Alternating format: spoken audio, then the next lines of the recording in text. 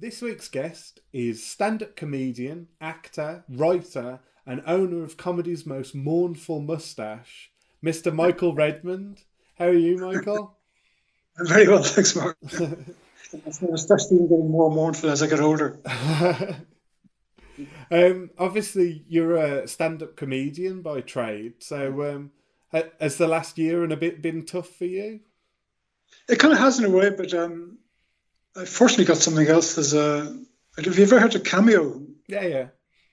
There's an Irish version called irishify.com, and they have a couple of, about two or three other Father Ted guys and a couple of Irish snooker players. You do sort of these video shout-outs, kind of celebrity video shout-outs. Say, my character in Father Ted was Father Stone. Yeah. So if you knew somebody that really liked Father Stone, you could send them a video from Father Stone saying happy birthday or happy anniversary or happy divorce or whatever, that kind of thing. That's brilliant. I've kind of had that to keep me going, but I mean, it's not, obviously it's nothing like sort of doing stand-up, but it's kind of filled in the gap for the time being, yeah. Yeah, keeping you busy at least. Exactly, yeah, exactly. Yeah. So it's something, Yeah. But yeah, it is difficult though, yeah, because it's just, it's not the same as going out and doing a gig, Absolutely, yeah. You're also not really meeting other comedians or, socializing in that way. So it's definitely not, it's not the same, but it's better than nothing. Absolutely. I had Alex Lowe on. I don't know if you know Alex Lowe. He's a character comedian. And he says, like, he's been doing stuff on Zoom and whatever, and he says it's fine and it's fun and whatever, but the difference between performing to a tiny little camera and Yeah. performing to an audience, it's not even close. It's a different thing altogether. I mean, you can do some things on camera, but with stand up on camera, it just doesn't work. 'Cause you're not getting anything back. Yeah. It's just like experiencing every other time you've died on stage where you're getting no response. So I mean, I've done a few of them as well, but it's just I don't think it works really, to be honest. So you're living in Glasgow at the moment. Yeah, but You this lived was there over for 20. about 20 years, yeah. Yeah, no, well, in fact, it's longer. It's 1998. Yeah. Because I associate you as an Irish comedian, but you came to like England quite early on in your career, didn't you? Yeah, I did a little bit of stand-up in Ireland, but not very much really. This was in 1987, 86, in fact. So there wasn't really anything in Ireland at the time. A guy had opened up a comedy club near where I lived. It only lasted about 6 weeks, I think. And then I kind of did a little bit of telly with Dermot Morgan. He had a sort of a sketch show that was eventually sort of scrapped on RT television. And I was involved in that, so because I knew Dermot long before Father Ted. Yeah. Then after that, there was nothing there, so I just decided to go to London. I did a little bit of stand-up in Dublin, but not very much. So I really started in London doing stand-up. And it was so much easier then because there weren't that many comedians. There was only about 30 comedians. Now there's about 30,000, I think. So you could just just sort of get Time Out magazine and rang up all the clubs and look for an open spot. And you could usually get an open spot within 2 or 3 weeks, sometimes even the next day. Yeah. And if you did well, then you get it booked within a couple of months. But I spoke to some, up and coming comedians recently, and some of them, it takes about a year to get an open spot. Yeah. And then if you do well, it takes about another 2 years to get a booking. So it must be horrible. I just came in at the right time. I was just lucky. I think I just came in when there wasn't sort of comedians everywhere. Yeah, that was like the sort of late 80s. Is that sort of time of alternative comedy, I suppose, wasn't it? It was like the heyday of that. Yeah, it was. Yeah, I mean, it started before that with kind of like Rick Mail and all those, and I think that was kind of Lexi Sale. That was kind of 83, 84, I think. But it hadn't really taken off, I don't think, at that time. I just got in at the right time, and also my act kind of at the time really suited the Comedy Store because it was very much one-linerish. Yeah. It was gag, and kind of they liked me in the Comedy Store, so that was a good place to sort of be liked. It's kind of the place to be, if you wanted to be a stand-up, I think. Yeah. It's because like that, that sort of scene, that late 80s comedy scene. You hear about lots of surreal acts and people doing really bizarre things, but Yeah, yeah, you sort of rocked up from Ireland and you do like gags, don't you? You do joke punchline yeah, gags. yeah. That's right. Yeah, yeah, yeah. Yeah, so I suppose that's a bit different as well. There wasn't many other Irish comedians around then in London, I mean, or even anywhere, I think. So I suppose I stood out a bit. And then, like you say, you've got your style is very sort of deadpan, isn't it? You almost act like you're not in on the joke.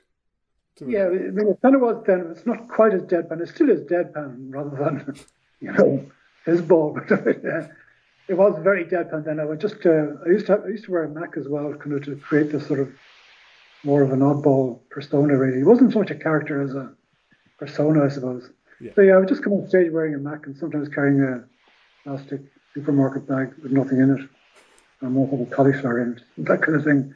So you kind of knew at the minute I walked on stage that I was kind of an odd sort of character, you like. So yeah, best just to deliver one liner, and then I mean, I didn't start to pause. It wasn't a kind of a policy, but kind of it sometimes took a few seconds for them to get the gag. So I would do the gag and then just stare at them. Laughed.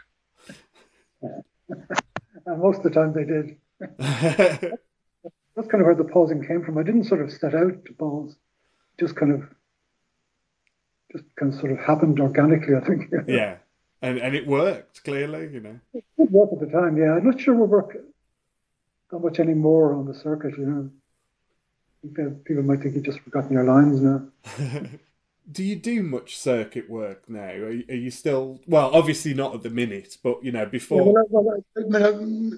I do some of it. I mean, there's not that many clubs in Scotland. I mean, there's the Stand in Edinburgh and Glasgow, and I compare a show I used to compare a show every Sunday in the Stand in Glasgow, and then I would occasionally do sets in Edinburgh and also the Stand in Newcastle.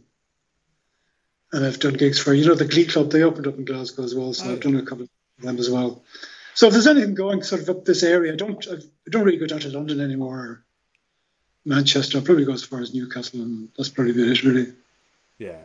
But any of the gigs that are going, sometimes just get gigs that kind of crop up every few months, and I do them as well. So you could say I do the circuit, yeah. Yeah. But it's nothing like what I used to do in London, which was kind of 5 nights a week and sometimes 2 or 3 gigs each night. Yeah. I didn't have to travel in those days. It was all the clubs were really in London, so I could just do gigs and go home every night. I didn't have to get on the train anywhere. Yeah. I think I remember one in Manchester. That was about it. The whole travelling around the country to do gigs for like 20 quid. That's a young man's game, isn't it? Yeah, I mean, I wasn't even young then anyway. So I don't think I would have done it if that was the case. So I was just kind of lucky. I just came, as I say, I came at the right time to London. Is it because of your deadpan style that you got cast as Father Stone? Yeah, I think so. Yeah, I think what happened was I was doing a gig in the Bloomsbury Theatre. It was an Irish night, and I think I'm fairly sure Dylan Moran was on as well, and I think Ardla Hannon was on the same bill. Probably somebody else. I can't remember. Yeah. But I remember after the gig, these 2 guys come up to me that was Graham Linehan and Arthur Matthews. I didn't know them at the time, but they said they'd written a sitcom about priests on an island off the coast of Ireland, and I thought, sounds a bit crap. They said there might be a part for me in it, so I know Arthur did have an uncle who was a similar sort of character as Father Stone. So I think they kind of had me in mind for it. And I kind of went for an audition. It wasn't really an audition. It was just kind of, I think Graham and Arthur was there, and also Jeffrey Perkins, the producer. I think it was more for Jeffrey Perkins. He wanted to see me. I think Graham and Arthur had kind of decided they wanted me to play the part. But Jeffrey Perkins wanted me to just read a few things, I think. So I remember him telling me afterwards that when I read the line, when Father Tense says to me, "So you will leave?" And I said, "Well, yeah, there's a fire." He said that's what convinced him that I'd be good for the part. because it is such a, it's an iconic episode, isn't it? Really, the Father Stone episode. Yeah, it is. Yeah, yeah. I mean, it was also, the thing is that when we filmed that was only the second episode of the first series, so it hadn't gone out on television yet. So nobody had any idea then of the impact it was going to have. Yeah, that's what shocked, because I watched it this week. Knowing I was going to speak to you, I rewatched that episode, and that shocked me how early it comes in the series. Where I was like, oh god, I expected it to be series 2 or something, but yeah, I thought it's been repeated so many times. I think. Well, I mean, a lot of the episodes have, but I think that episode has been repeated quite a lot as well. So, yeah. And also people think that I've been in loads of, speak to people, the public. They think I've been in loads of episodes of Father Ted, but I was only in one. Because they don't sort of think, oh, that's the same. Well, they just sort of see on kind of, maybe just walking by television and they see on the screen again, and they just think you've been in loads of episodes. Yeah. Do you still get recognised as Father Stone? Do people still stop you and talk, because of that? I don't necessarily. I mean, occasionally, if I'm doing gigs where people will come up and say, maybe I want a photograph, and ask me to say I'm fine into their video, that kind of thing. I know people do. You can see people recognizing you in the street, but they don't kind of necessarily stop you. Occasionally they do, but by and large, I think it's the thing of when you see somebody in the street that looks familiar, you're not sure immediately where they're familiar from. You might think, oh, I used to go to school with him, or I used to work with him, and because it's very quick, it's just fleeting. Yeah. So you're just kind of passing by. But if you're in a pub maybe or something like that, and they've time to sort of think about it, then you kind of do get a bit more, yeah. But I don't mind that. Yeah. It's better being ignored. And not that you got typecast or anything, but you also played a priest briefly in the Decline episode of Brass Eye as well, didn't you? Yeah. I forget the name of it. It's Jules Doon or something? It's something like that, yeah. It is something like that, yeah. Father Jules Doolan, that's it, yeah. Did that came after Father Ted, or did that? I think so. I'm not actually sure. I can't remember, Mark, to be honest. Yeah. Could have been before Father Ted, actually. Not sure. But I can't remember. It's somewhere at the same time anyway. You've played a few priests over the years, haven't you? I was in some other film. I can't remember. But it's not the worst thing to be. I played the part of a bishop now in a Radio 4 comedy called Fags, Mags and Bags. So yeah, I've got promoted to bishop. I don't. As long as the script's funny, I don't care. I don't mind. If I'm dubbed as a cleric, maybe I'll make Pope one day. Yeah, that's maybe it's an age thing. It's like you're priest for so many years. Like now you're at bishop level. Maybe as you get a little bit older, it'll be Pope or like Cardinal. Yeah, exactly. Yeah, might get an Oscar playing a Pope somewhere. my final fling. And you're a writer, aren't you?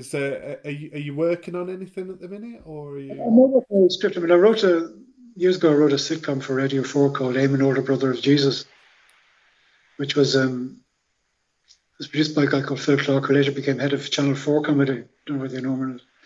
Anyways, it kind of sounds like it's controversial, but it wasn't really. It was basically a classic sitcom about sibling rivalry. That Jesus had an older brother called Eamon, who sort of didn't get a look in really. He was just treated as the idiot who worked in the carpentry shop. And it was kind of based on sibling rivalry, but that your brother was the Messiah rather than just sort of more successful. But it was due to go out. It was commissioned by a guy called Jonathan James Moore, who was head of Radio 4 at the time. And we recorded all the episodes, and I wrote all the episodes, and we recorded them all, and I got paid for everything. And it was due to go out, I think. I can't remember what time of the year it was. It was 95 or 96. And in the meantime, Jonathan James Moore had been replaced as the commissioning head of Radio 4 by a Scottish Catholic who was looking through the Radio Times, and he saw this Eamon, Older Brother of Jesus listed. And he listened to it and said, I'm not having that on Radio 4. It got a slight airing on Alan Davis had a Radio 1 show, and it got bits and pieces were sort of heard on that, but it never actually went out on Radio 4, unfortunately. Oh. It's a shame. So, I mean, that's the only kind of sitcom I've written. I've written a couple of sort of TV pilots based on that, but they never actually got through in the end. So, yeah. But yeah, I mean, I suppose in the sense that I'm a writer, in the sense that I write all my own gags, or my own stand-up gags. Yeah. Most stand-up comedians these days do anyway. So. Yeah. Well, I suppose that brings us to something else that I wanted to speak to you about. Was Stewart Lee's routine about you? Yeah. The thing about that is that it didn't matter too much that time because I'd already done that gag on television. So and Joe Pasquale just looked like an idiot because it already done on television. But I think there is a kind of a culture nowadays where I don't think necessarily comedians on television are deliberately ripping off circuit comedians, but I think because they have to produce DVDs every year, they're contracting writers who go to some of the comedy clubs and nick the gags, I think. Because I've heard of a few stories, I don't remember any names, but I know that there's a few circuit comedians who've had their gags ripped off by comedians on television, Yeah. But it didn't matter to me because I said I'd already done it on television. But there's an interesting sort of story further to that. It was a couple of years after Stewart had done all that thing. I turned on daytime television and there was a chat show on Des O'Connor. Some chat show. I didn't turn on to see Des O'Connor. I just turned on the television. This chat show was on, but it was in the middle of an interview with this 16-year-old kid. And it became clear during the interview that this kid hoped to be a comedian. And he asked him to tell him one of his gags. And he told one of my gags. And it turned out he was Joe Pasquale's son. That's actually true. No way. So it's come full circle. Yeah, they obviously have all my gags written up on their kitchen board, They're clearly big fans as a family. Yeah, exactly. Yeah. I mean, he changed the gag slightly, but it was my gag. The gag was that I used to say, I like going into newsagent shops and saying, "Excuse me, is that Mars bar for sale?"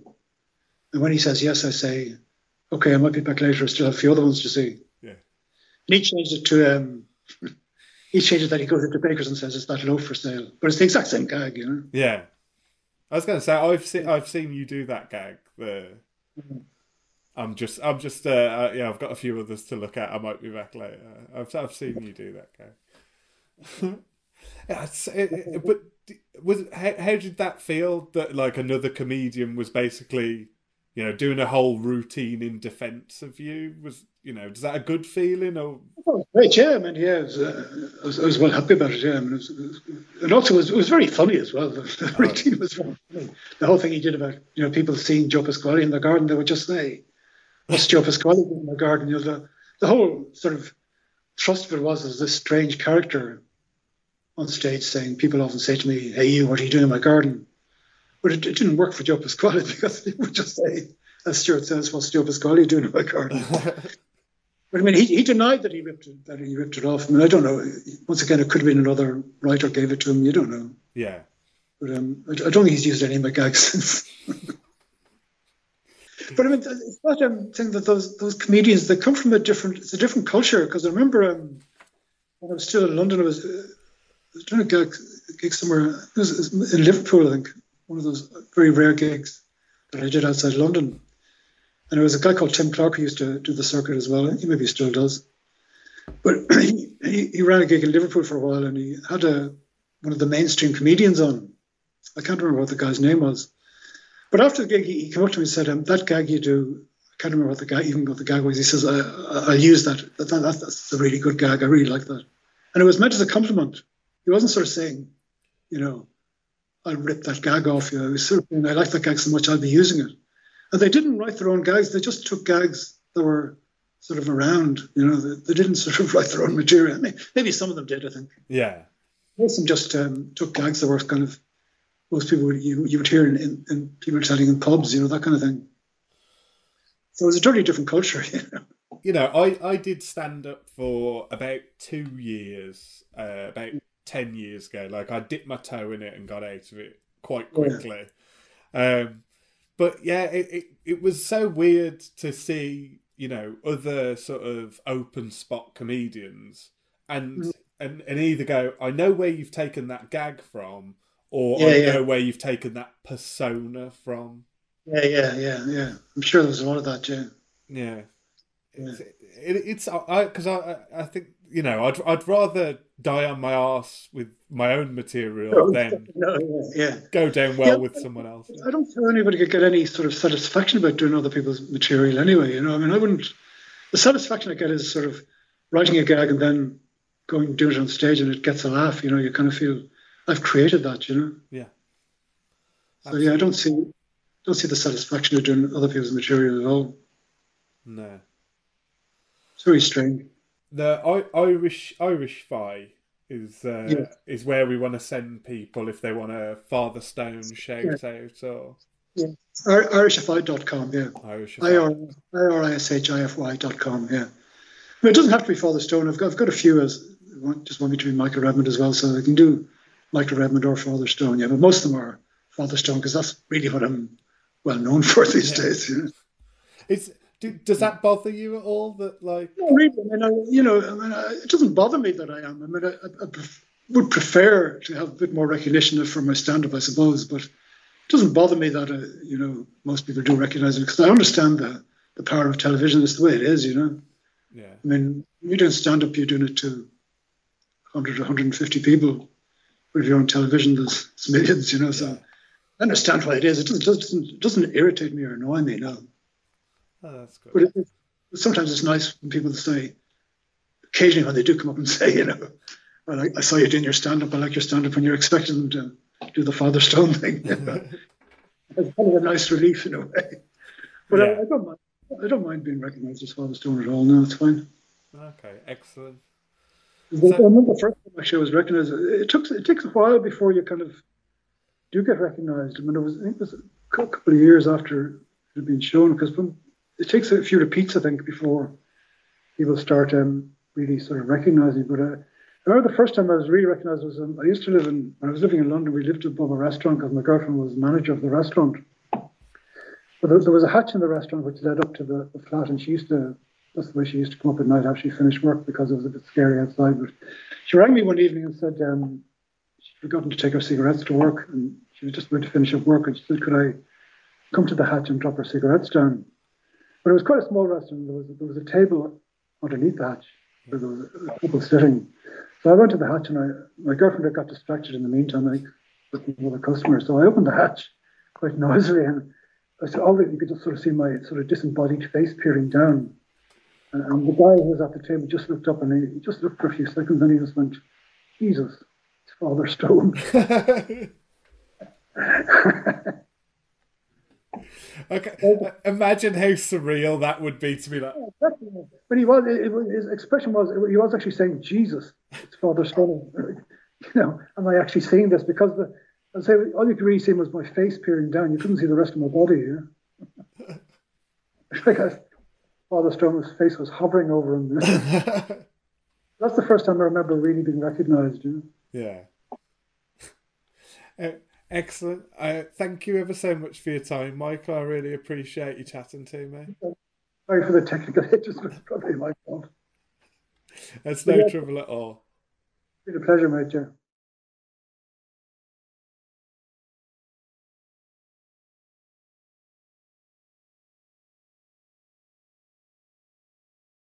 You have to embarrass yourself, Mark.